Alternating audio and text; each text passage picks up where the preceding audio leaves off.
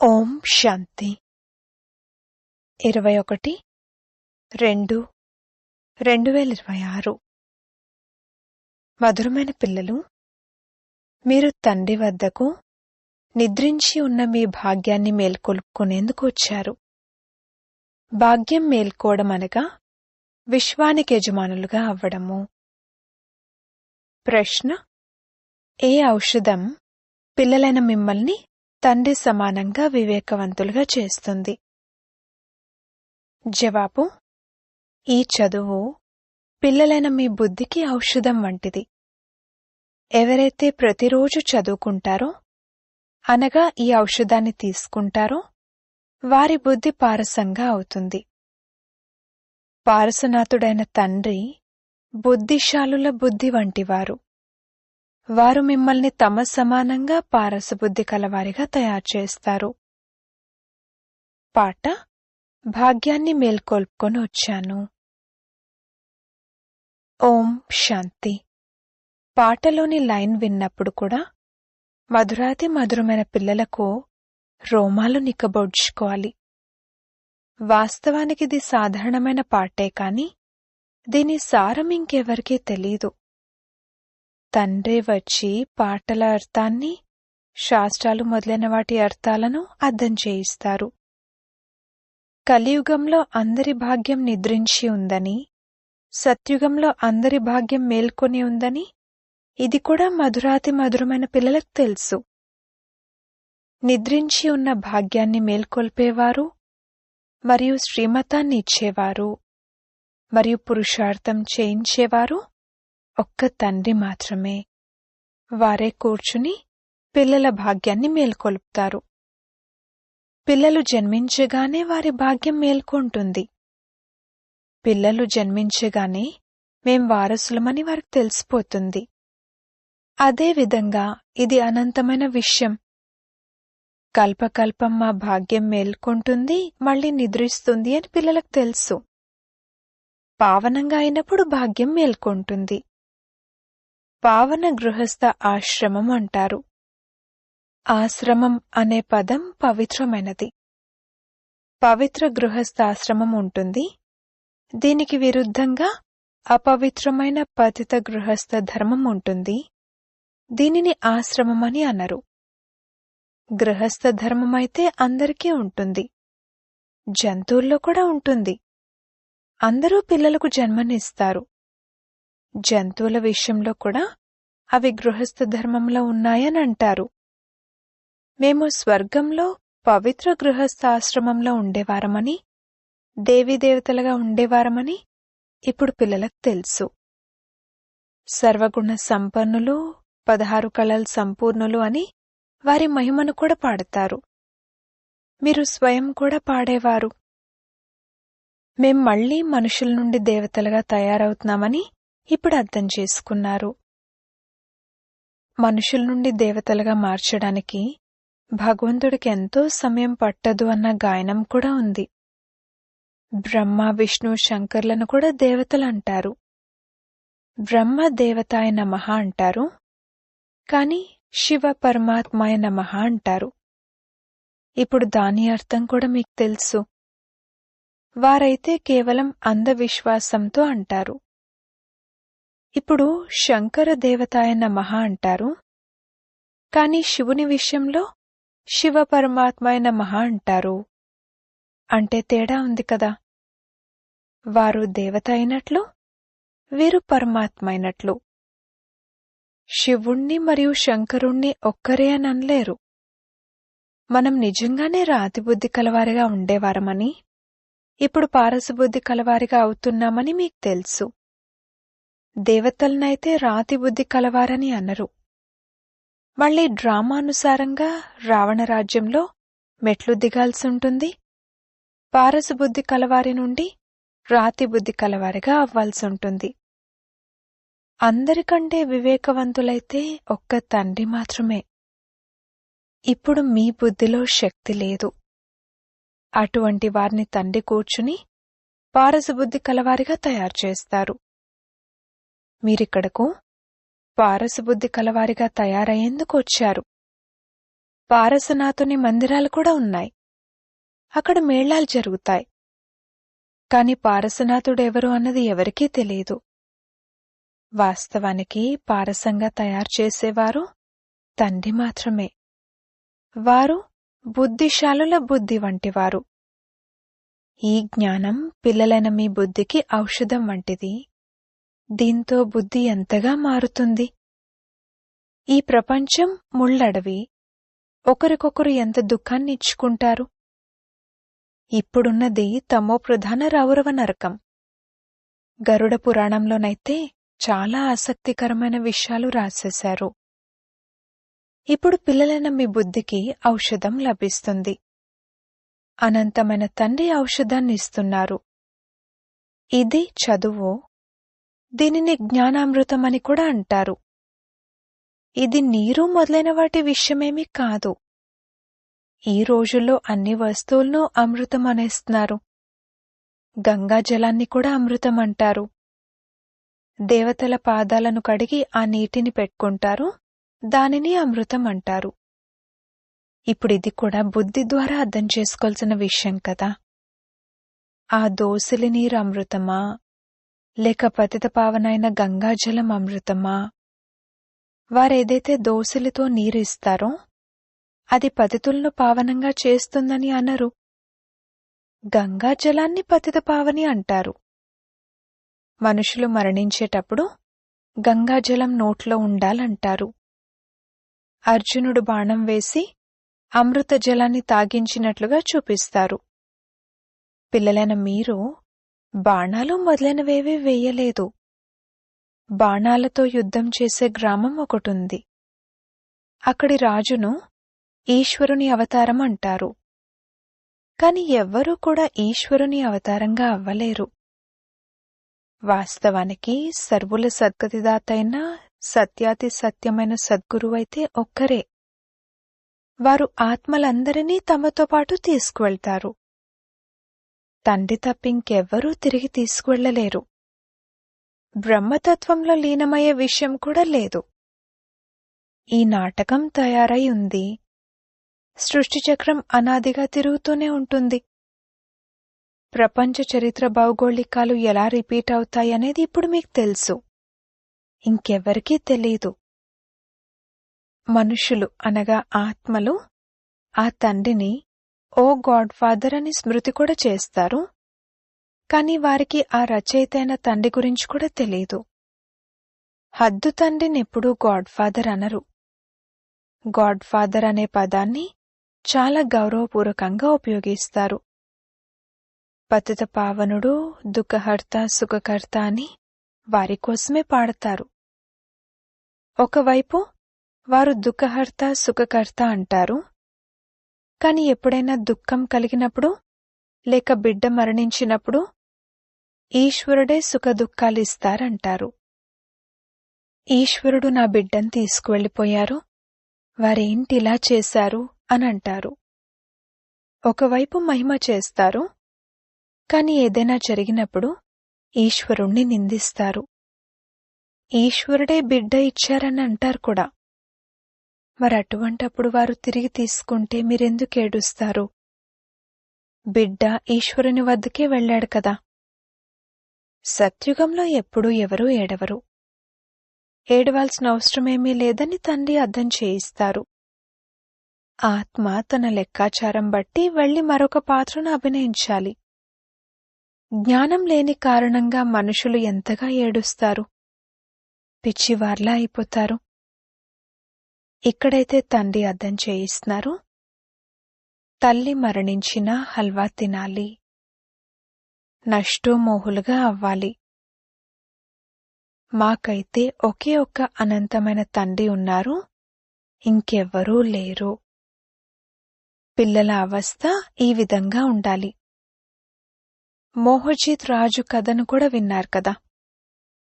అవన్నీ కల్పితమైన కథలు. సత్యుగంలో ఎప్పుడూ దుఃఖం విషయమేమీ ఉండదు. అలాగే ఎప్పుడూ అకాల మృత్యు ఉండదు. మనమిప్పుడు మృత్యుపై విజయాన్ని పొందుతామని పిల్లలైన మీకు తెలుసు. తండ్రిని మహాకాలుడని కూడా అంటారు. కాలుడికే కాలుడైన వారు మీరు మృత్యుపై విజయాన్ని పొందేలా చేస్తారు, అనగా మృత్యు మిమ్మల్నెప్పుడూ కబళించదు. మృత్యు ఆత్మనైతే కబళించలేదు. ఆత్మ ఒక శరీరాన్ని వదిలి మరొకటి తీసుకుంటుంది. దానినే మృత్యు కబళించడం అంటారు. అంతేకాని మృత్యు అనేది ఒక వస్తువేమీ కాదు. మనుషులు మహిమను పాడుతా ఉంటారు కాని ఏం అర్థం చేసుకోరు. అచ్యుతం కేశవం అని పాడతారు కాని అర్థమేమీ అర్థం చేసుకోరు. మనుషులు పూర్తిగా తెలివిహీనులైపోయారు. తండ్రి అర్థం చేయిస్తున్నారు, ఈ పంచవికారాలు మీ బుద్ధిని ఎంతగా పాడు చేసేస్తాయి. ఎంతమంది మనుషులు బద్రీనాథ్ మొదలైన స్థానాలకు వెళ్తారు. ఈరోజు 2 లక్షల మంది వెళ్లారు, 4 లక్షల మంది వెళ్లారంటారు. పెద్ద పెద్ద ఆఫీసర్లు కూడా తీర్థయాత్రలకు వెళ్తారు. మీరు వెళ్లరు. కావున ఈ బీకేలు నాస్తికులు, ఎందుకంటే వీరు భక్తి చేయరు అంటారు. కాని మీరంటారు, ఎవరికైతే భగవంతుడి గురించి తెలీదో వారు నాస్తికులు. తండ్రి గురించైతే ఎవరికీ తెలీదు. అందుకే దీనిని అనాథల ప్రపంచం అంటారు. పరస్పరం ఎంతగా కొట్లాడుకుంటూ గొడవపడుతూ ఉంటారు. ఈ ప్రపంచమంతా బాబా ఇల్లే కదా. తండ్రి మొత్తం ప్రపంచంలోని పిల్లలను పతితుల నుండి పావనులుగా చేయడానికి వస్తారు. అర్ధకల్పం తప్పకుండా పవిత్ర ప్రపంచం ఉండేది కదా.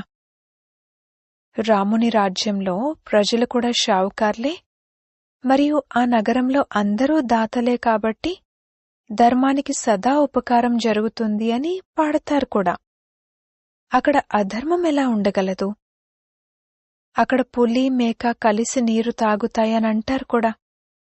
మరటువంటప్పుడు అక్కడికి రావణుడు మొదలైన వారెక్కడి నుండొచ్చినట్లు? ఏం అర్థం చేసుకోరు. బయటవారైతే ఇటువంటి విషయాలు విని నవ్వుకుంటారు. ఇప్పుడు జ్ఞానసాగరుడైన తండ్రి వచ్చి మనకు జ్ఞానాన్ని ఇస్తున్నారని పిల్లలైన మీకు తెలుసు. ఇది పతిత ప్రపంచం కదా. ఇప్పుడు ప్రేరణ ద్వారా పతితులను పావనంగా చేస్తారా ఏమిటి? ఓ పతిత పావన రండి, వచ్చి మమ్మల్ని పావనంగా చెయ్యండి అని పిలుస్తారు. అంటే వారు తప్పకుండా భారత్లోనే వచ్చారు. జ్ఞానసాగరుణ్ణైన నేనొచ్చానని ఇప్పుడు కూడా అంటారు. శివ్ బాబాలోనే మొత్తం జ్ఞానమంతా ఉందని పిల్లలైన మీకు తెలుసు. ఆ తండ్రే కూర్చుని పిల్లలకి ఈ విషయాలన్నీ అర్థం చేయిస్తారు. శాస్త్రాలలో ఉన్నవన్నీ కల్పితమైన కథలు. వ్యాస భగవానుడు శాస్త్రాలు తయారు చేశారని వారి పేరు తీసుకుంటారు. ఇప్పుడు ఆ వ్యాసుడు భక్తి మార్గానికి చెందినవారు. వీరు వ్యాసదేవుడు, వీరి పిల్లలైన మీరు సుఖదేవులు. ఇప్పుడు మీరు సుఖదేవతలుగా అవుతారు. మీరు వ్యాసుడి నుండి, శివాచార్యుడి నుండి సుఖపు వారసత్వాన్ని తీసుకుంటున్నారు. మీరు వ్యాసుని పిల్లలు, కాని మనుషులు తికమక పడకూడదని శివుని పిల్లలు అని అనడం జరుగుతుంది. వారి అసలు పేరు శివ. ఇప్పుడు తండ్రి అంటారు, ఏ దేహధారిని చూడకండి. శివబాబా మీ సమ్ముఖంలో కూర్చునున్నారు. ఆత్మను తెలుసుకోవడం జరుగుతుంది, పరమాత్మను కూడా తెలుసుకోవడం జరుగుతుంది. వారు పరంపిత పరమాత్మ శివుడు. వారే వచ్చి పతితం నుండి పావనంగా అయ్యే మార్గాన్ని తెలియజేస్తారు. నేను ఆత్మలైన మీకు తండ్రినని వారంటారు. ఆత్మను రియలైజ్ అవ్వడం జరుగుతుంది, దాన్ని చూడడం జరగదు. ఇప్పుడు మీరు మీ ఆత్మను రియలైజ్ అయ్యారా అని తండ్రి అడుగుతున్నారు. ఇంత చిన్న ఆత్మలో ఒక రికార్డ్ వలె అవినాశీ పాత్ర నిశ్చితమై ఉంది. ఆత్మలమైన మనమే శరీరాన్ని ధారణ చేస్తామని మీకు తెలుసు. మొదట మీరు దేహాభిమానులుగా ఉండేవారు, ఇప్పుడు దేహీ అభిమానులుగా అయ్యారు. ఆత్మలమైన మనం 84 జన్మలు తీసుకుంటామని మీకు తెలుసు. దానికి అంతం ఉండదు. ఈ డ్రామా ఎప్పటినుండి మొదలైందని కొందరు అడుగుతారు. కాని ఇది అనాది డ్రామా. ఇదెప్పటికీ వినాశనం అవ్వదు. దీనిని తయారు చేయబడిన అవినాశీ వరల్డ్ డ్రామా అంటారు. ఏ విధంగా చదువురాని పిల్లలను చదివిస్తారో అలా తండ్రి కూర్చుని పిల్లలకు అర్థం చేయిస్తారు. ఆత్మే శరీరంలో ఉంటుంది. ఇది రాతి బుద్ధి కలవారికి భోజనం వంటిది. బుద్ధికి అవగాహన లభిస్తుంది. పిల్లలైన మీకోసం బాబా చిత్రాలు తయారు చేయించారు. ఇది చాలా సహజం. వీరు త్రిమూర్తి బ్రహ్మ విష్ణు శంకర్లు. ఇప్పుడు బ్రహ్మను కూడా త్రిమూర్తి అని ఎందుకంటారు? దేవదేవ మహాదేవ అంటారు. ఒకరిపై మరొకరిని ఉంచుతారు, కాని అర్థమేమీ తెలీదు. బ్రహ్మ ఇప్పుడు దేవతలా అవగలరు. ప్రజాపిత బ్రహ్మ అయితే ఇక్కడుండాలి. ఈ విషయాలు ఏ శాస్త్రాల్లోనూ లేవు. తండ్రి అంటారు, నేనీ శరీరంలో ప్రవేశించి ఇతని ద్వారా మీకు అర్థం చేయిస్తాను. వీరిని నా వానిగా చేసుకుంటాను. వీరి అనేక జన్మల అంతిమంలో వస్తాను. వీరు కూడా పంచవికారాలను సన్యసిస్తారు. సన్యసించేవారిని యోగి ఋషి అంటారు. ఇప్పుడు మీరు రాజఋషులుగా అయ్యారు. మీరు పంచవికారాలను సన్యసించారు కావున పేరు మారుతుంది. మీరు రాజయోగులుగా అవుతారు. మీరు ప్రతిజ్ఞ చేస్తారు. ఆ సన్యాసులైతే ఇళ్ళు వాకిళ్లను వదిలి వెళ్ళిపోతారు. ఇక్కడైతే స్త్రీ పురుషులిరువురూ కలిసుంటారు. మేమెప్పుడూ వికారాల్లోకి వెళ్ళము అని ప్రతిజ్ఞ చేస్తారు. ముఖ్యమైనది వికారాల విషయమే. శివబాబా రచయిత అని పిల్లలైన మీకు తెలుసు. వారు కొత్త రచనను రచిస్తారు. వారు బీజరూపుడు, సచ్చిత్ ఆనంద సాగరుడు, జ్ఞానసాగరుడు.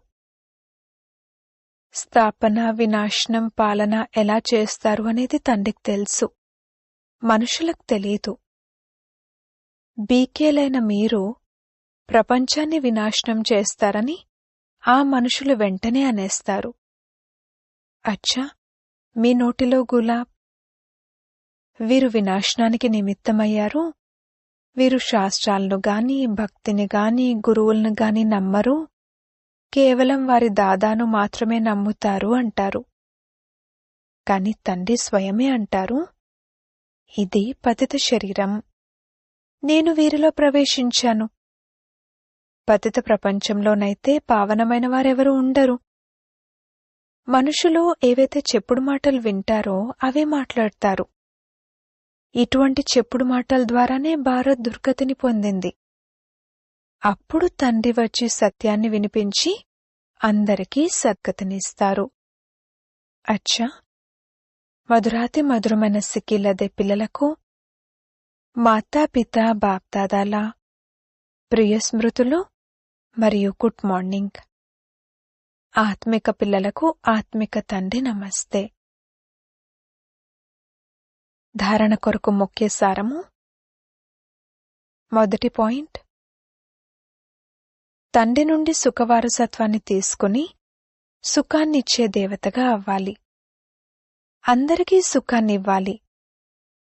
రాజఋషులుగా అయ్యేందుకు అన్ని వికారాలను సన్యసించాలి. రెండవ పాయింట్, చదువే సత్యమైన ఔషధం. సద్గతి కోసం చెప్పుడు మాటలను వదిలి శ్రీమతంపై నడవాలి. ఒక్క తండ్రి నుండే వినాలి. మోహజీతులుగా అవ్వాలి. వరదానము, తమ వాస్తవిక సంస్కారాలను ఇమర్జ్ చేసుకుని సదా హర్షితంగా ఉండే జ్ఞాన స్వరూప భవ. ఏ పిల్లలైతే జ్ఞానాన్ని స్మరణ చేస్తూ దాని స్వరూపంగా అవుతారో వారు సదా హర్షితంగా ఉంటారు. సదా హర్షితంగా ఉండడం ఇదే బ్రాహ్మణ జీవితం యొక్క వాస్తవిక సంస్కారం. దివ్యగుణాలు మనకు చెందినవి, అవగుణాలు మాయకు చెందినవి. అవగుణాలు సాంగత్య దోషం కారణంగా వచ్చేశాయి. ఇప్పుడు వాటి నుండి వెనక్కి తిరగండి మరియు మీ సర్వశక్తివంతమైన స్థితిలో ఉండండి. అప్పుడు సదా హర్షితంగా ఉంటారు. ఏ ఆసురీ సంస్కారం లేక వ్యర్థ సంస్కారం మీ ఎదురుగా వచ్చేందుకు ధైర్యం కూడా చేయలేదు. స్లోగన్: సంపూర్ణత యొక్క లక్ష్యాన్ని ఎదురుగా పెట్టుకున్నట్లయితే సంకల్పంలో కూడా ఎటువంటి ఆకర్షణ ఆకర్షించలేదు. అవ్యక్త సూచనలు: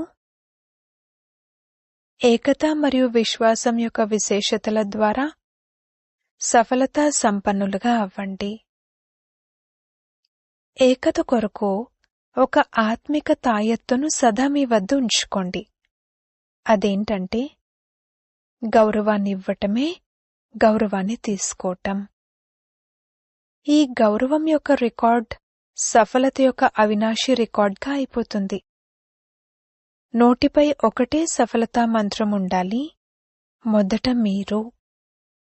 ఈ మహామంత్రం మనసులో పక్కాగా ఉండాలి. యథార్థ రూపంలో ముందు నేను అన్నదాన్ని తొలగించి ఇతరులను ముందుకు తీసుకువెళ్లడమే స్వయం ముందుకు వెళ్లడం అని భావిస్తూ ఈ మహామంత్రాన్ని ముందుకు తీసుకువెళ్తూ సఫలతను పొందుతూ ఉండండి. ఈ మంత్రం మరియు తాయత్తు సదా తోడుగా ఉన్నట్లయితే ప్రత్యక్షత యొక్క ఢంకా మోగుతుంది. ఓం శాంతి.